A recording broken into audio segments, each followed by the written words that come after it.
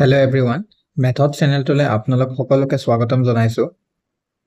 গুৱাহাটী হাইকোৰ্টৰ ফালৰ পৰা হ'বলগীয়া জুনিয়ৰ এডমিনিষ্ট্ৰেটিভ এছিষ্টেণ্ট য'ত 367 নম্বৰৰ পোষ্ট আছে সেই পোষ্টৰ কাৰণে আশা কৰিছো আপোনালোক সকলোৱে প্ৰিপাৰেচন চলাই আছে।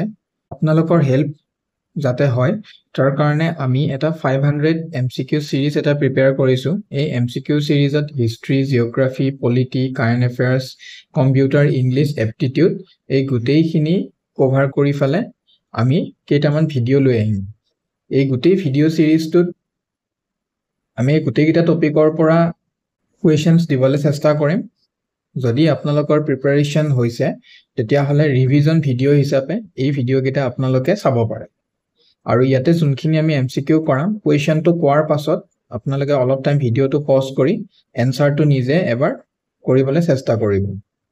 তাৰ পাছত এনসাৰটো চাব। অকল গুৱাহাটী হাইকোৰ্টৰ JEA ৰ কাৰণে হেল্পফুল নহয়, আহিবলগীয়া ADRE 3.0 দেন GTPGTৰ 2.0 আহি আছে, DME APSC এইবিলাক এক্সামৰ কাৰণেও এই ভিডিঅ' সিৰিজটো হেল্পফুল হ'ব। তো আশা কৰিছো আপোনালোকে ভিডিঅ'ছ বিলাক ষ্টাৰ্টিঙৰ পৰা শেষলৈকে চাই আৰু আমি উইকলি বেচিছত ভিডিঅ' লৈ আহিবলৈ চেষ্টা কৰিম। তো পলম নকৰি আমি ভিডিঅ'টো ষ্টাৰ্ট কৰিছো with our very first question. মনত ৰাখিব এই গোটেইকেইটা টপিক কভাৰ কৰিছো আমি, টোটেল 20টা কুৱেশ্যনছ থাকিব এই ভিডিঅ'টোত। দেন নেক্সট ভিডিঅ'ত 20টা কুৱেশ্যন য'ত আমি গোটেইকেইটা টপিকৰ পৰা কুৱেশ্যনছ দিম। ফাৰ্ষ্ট কুৱেশ্যনটোলৈ আহিছো। Who served as the first Chief Justice of Assam High Court? ইয়াতে মই আসাম হাইকোৰ্ট বুলি কিয় দিছো কাৰণ গুৱাহাটী হাইকোৰ্ট বুলি আগতে কোৱা নাছিলে, আগতে আসাম হাইকোৰ্ট বুলি আছিলে। তো ফাৰ্ষ্ট কোন আছিলে চিফ জাষ্টিস? অপশনস কেইটা হল justice TV Thadani, option B justice sir RF Lodge, option C justice Sarju Prasad নে option D justice CP Sinha. এই কুৱেশ্যনটো গুৱাহাটী হাইকোৰ্টৰে 2023ত এটা এক্সাম আছিলে, এই এক্সামটোৰ পৰা লোৱা হৈছে আৰু এই কুৱেশ্যনটোৰ কাৰেক্ট এনসাৰটো হ'ব জাষ্টিস স্যাৰ RF লজ। নেক্সট কুৱেশ্যনটোলৈ আহিছো। Who is the Supreme Commander of the Armed Forces of India? এইটো বহুত এটা কমন কুৱেশ্যন। এই কুৱেশ্যনটো প্ৰায় এক্সামত অহা দেখা যায়, APSC এক্সামতো সুধিছিলে আগত। তো সুপ্ৰিম কমান্ডাৰ বুলি ক'লে কাক পোৱা যায়? অপশনস কেইটা হল president, option B prime minister, option C defence minister নে option D the chief of defence staff. এই কুৱেশ্যনটোৰ শুদ্ধ উত্তৰটো হ'ব option number A the president of India. President of ইণ্ডিয়াই হ'ল আমাৰ ইণ্ডিয়াৰ আৰ্ম ফৰ্চেছৰ supreme commander. Question number C under which Ahom king the Posa system was introduced in Assam? তলত দিয়া ৰজা কেইজনৰ ভিতৰত কোনজন ৰজাৰ দিনত পোচা সিস্টেমটো আমাৰ অসমত ইন্ট্ৰোডিউস কৰা আছিল? Option number A Sukaphaa, option number B Susenghphaa, option number C Supatphaa নে অপশন নম্বৰ ডি সুহুংমু। এই কুৱেশ্যনটোৰ কাৰেক্ট এনসাৰটো হ'ব অপশন নম্বৰ বি সুসেংফা। এতিয়া অলপ ডিপলি চাব গ'লে সুসেংফা মানে কোন আছিলে? প্ৰতাপ সিংহ। প্ৰতাপ সিংহৰ দিনত আৰু এটা ইম্পৰ্টেন্ট প্ৰথা এটা ষ্টাৰ্ট হৈছিলে, সিস্টেম এটা যোনটোক কোৱা হয় পাইক সিস্টেম। পাইক সিস্টেম কোনে ইন্ট্ৰোডিউস কৰিছিলে? মোমাই তামুলী বৰবৰুৱা। দেন সুপাতফা কোন আছিলে? গদাধৰ সিংহক আমি সুপাতফা বুলি কওঁ আৰু সুহুংমুঙক কেতিয়াবা আমি স্বৰ্গনাৰায়ণ বুলিও কওঁ। এই সুহুংমুঙৰ দিনতে প্ৰথমখন অসমীয়া বুৰঞ্জী লিখা হৈছিলে। তাৰ নামটো যদি জানে আপোনালোকে কমেন্ট সেকশনত জনাব। আৰু সুকাফাটো জানে আপোনালোকে কিমান চনত আহিছিলে?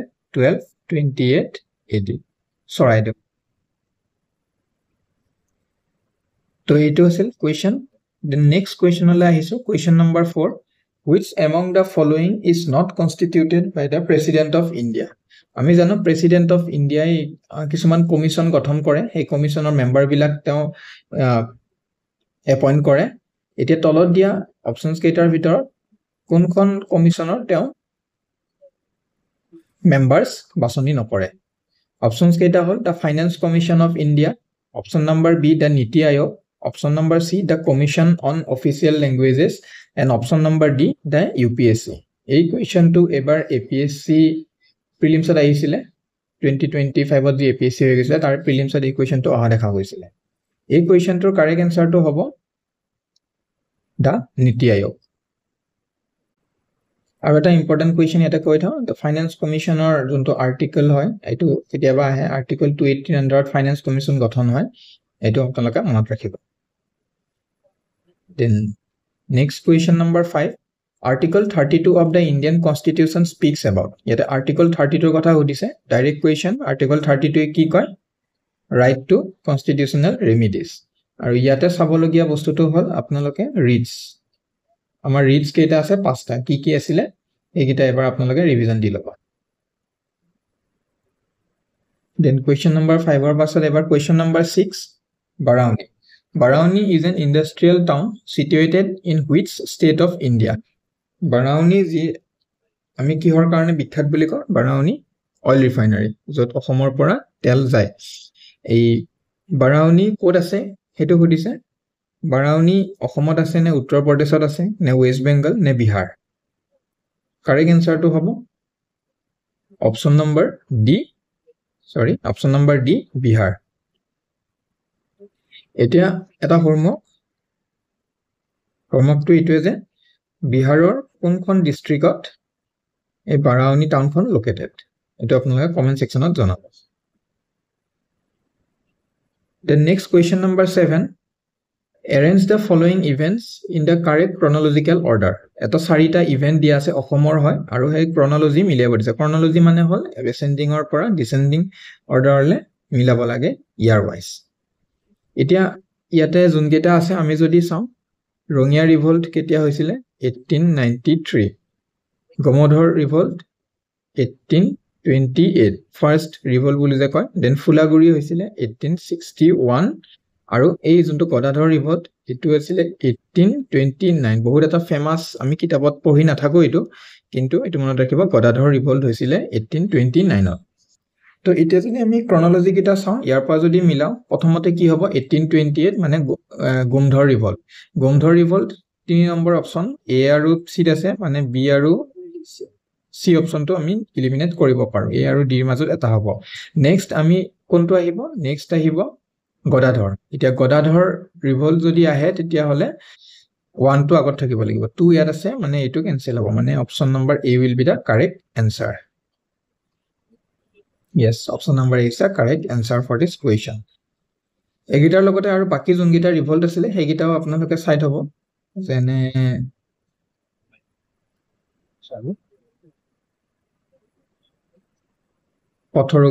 পথৰঘাটৰ ৰণ কেতিয়া হৈছিল এটো চাব আৰু লাসিমা আছে এটো চাব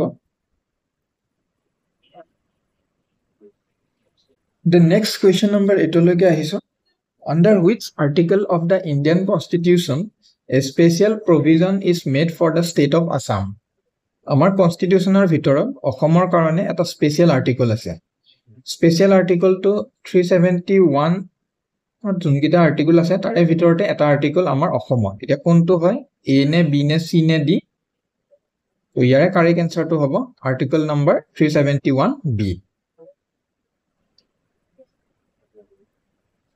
next question number 9 what is the capital of Australia এনেকুৱা এটা দুটা সহজ কোৱেশ্চন দি দিব কিন্তু অস্ট্ৰেলিয়াৰ ক্যাপিটেল বহুতে ভুল কৰিব পাৰে কাৰণ এটা নহুনা নাম এটা হয় অস্ট্রেলিয়ার ক্যাপিটাল আর অস্ট্রেলিয়ার ক্যাপিটাল এতিয়া অপশনস কেইটা আছে Canberra option number B Sydney option number C Brisbane নে অপশন নাম্বার ডি পার্থ ইয়াৰে কারেক্ট আনসারটো হ'ব অপশন নাম্বার এ ক্যানবেরা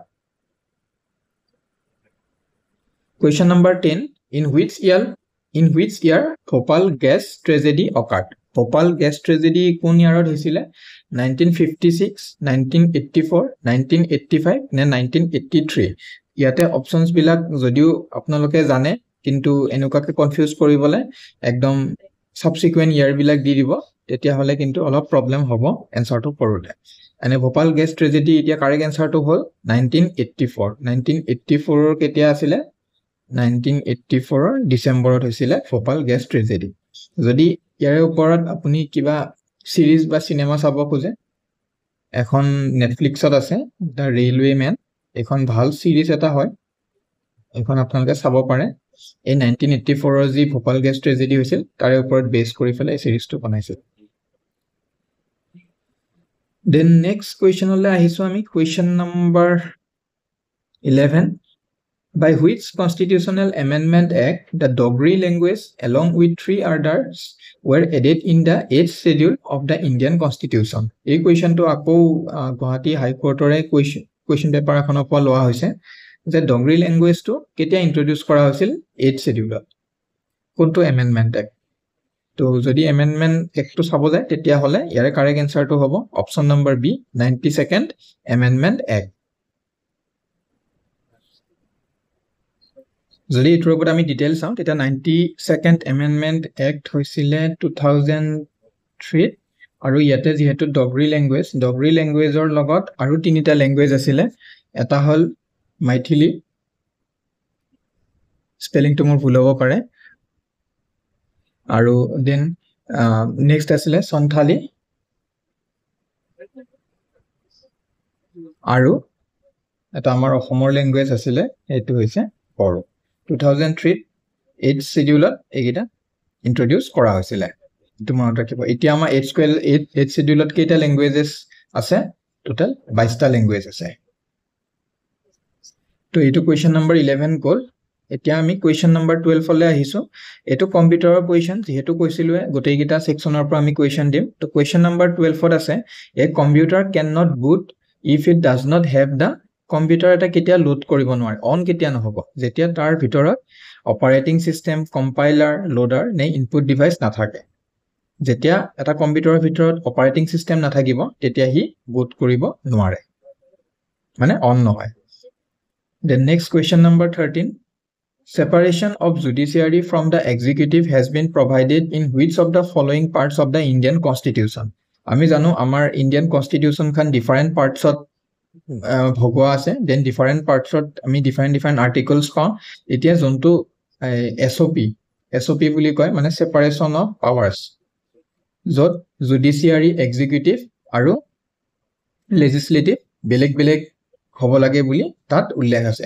এতিয়া কোনটো আৰ্টিকুলত আছে এই যে জুডিচিয়াৰী এক্সিকিউটিভৰ পৰা যে এক্সট্ৰা হৈ থাকিব লাগে, বেলেগ হৈ থাকিব লাগে, সেইটো আছে আমাৰ প্ৰিএম্বলত আছে, নে ফাণ্ডামেণ্টেল ৰাইটছ, নে 7th schedule, নে directive principles of state policy, DPSP?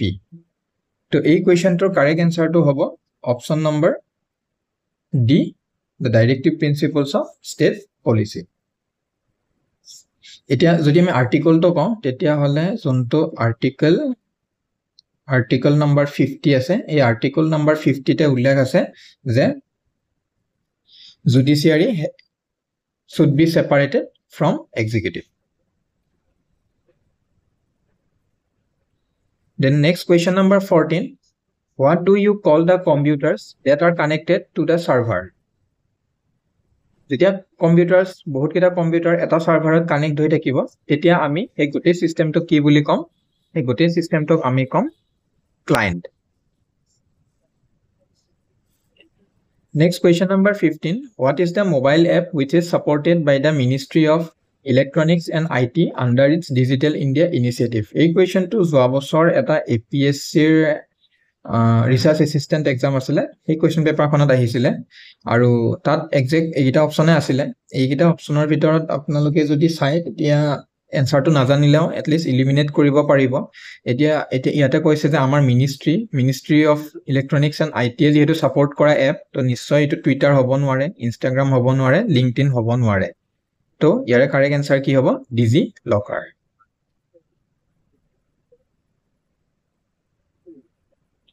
Next question number 16, question number 16 এইটো ইংলিছৰ কুৱেশ্যন। ইয়াতে কৈছে যে এটা চেণ্টেন্স দিয়া আছে, সেই চেণ্টেন্সটোত এটা ইডিয়ম আছে, এই ইডিয়মটোৰ কাৰেক্ট মিনিংটো কি হ'ব? মিনিংটো ইয়াত উলিয়াব দিছে। My brother has decided to settle in London for good. এতিয়া ফৰ গুড মানে কি? অপশ্যনছ কেইটা হ'ল for a better income, for a promotion, for ever, নে ব্ৰিফলি।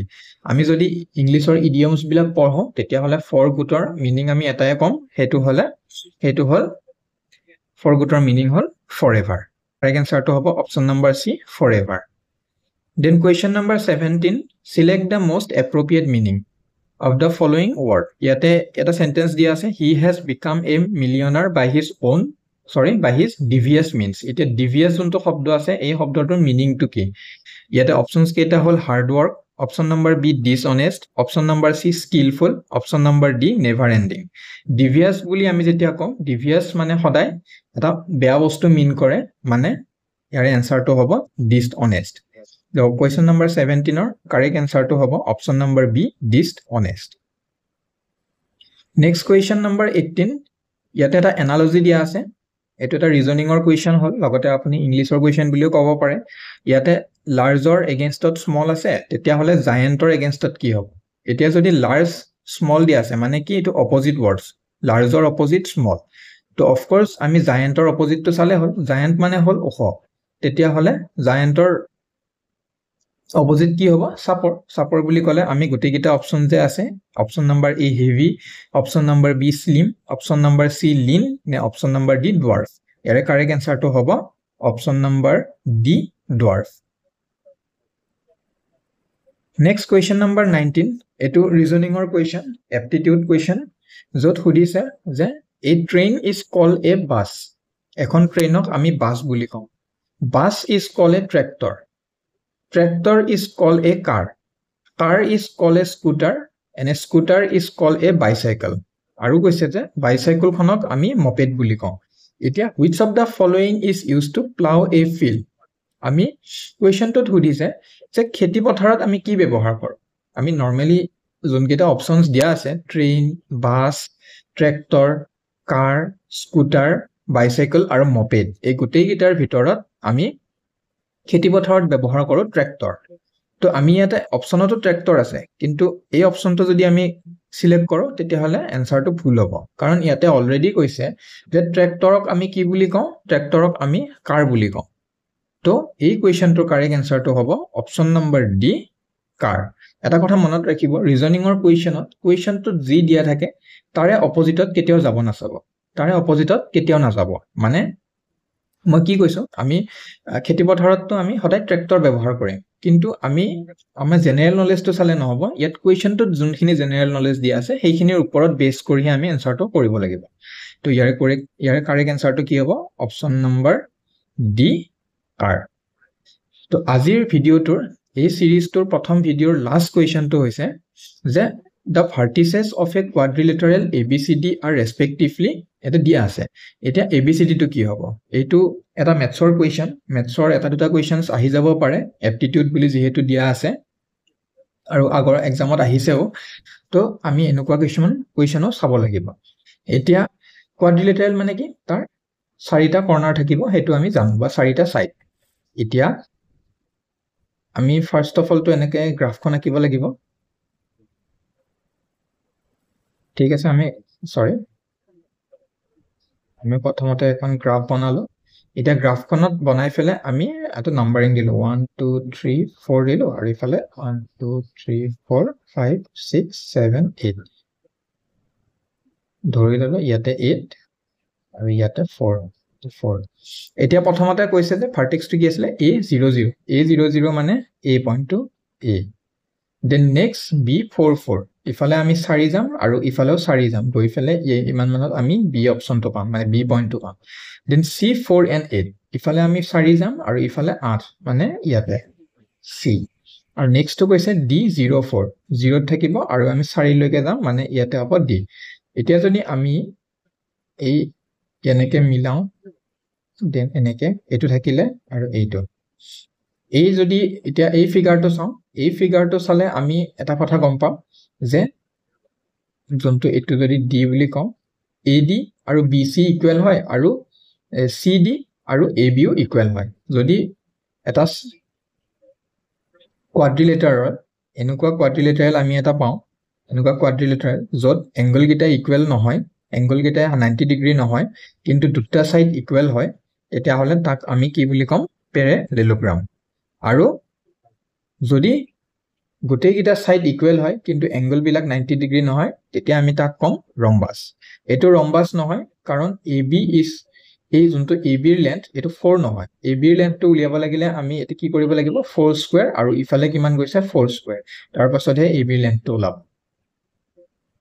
তো বুজি পালে এই কোৱেশ্চনটোৰ কাৰেক্ট আনসাৰটো হ'ব অপচন নম্বৰ ডি পেৰালেলোগ্ৰাম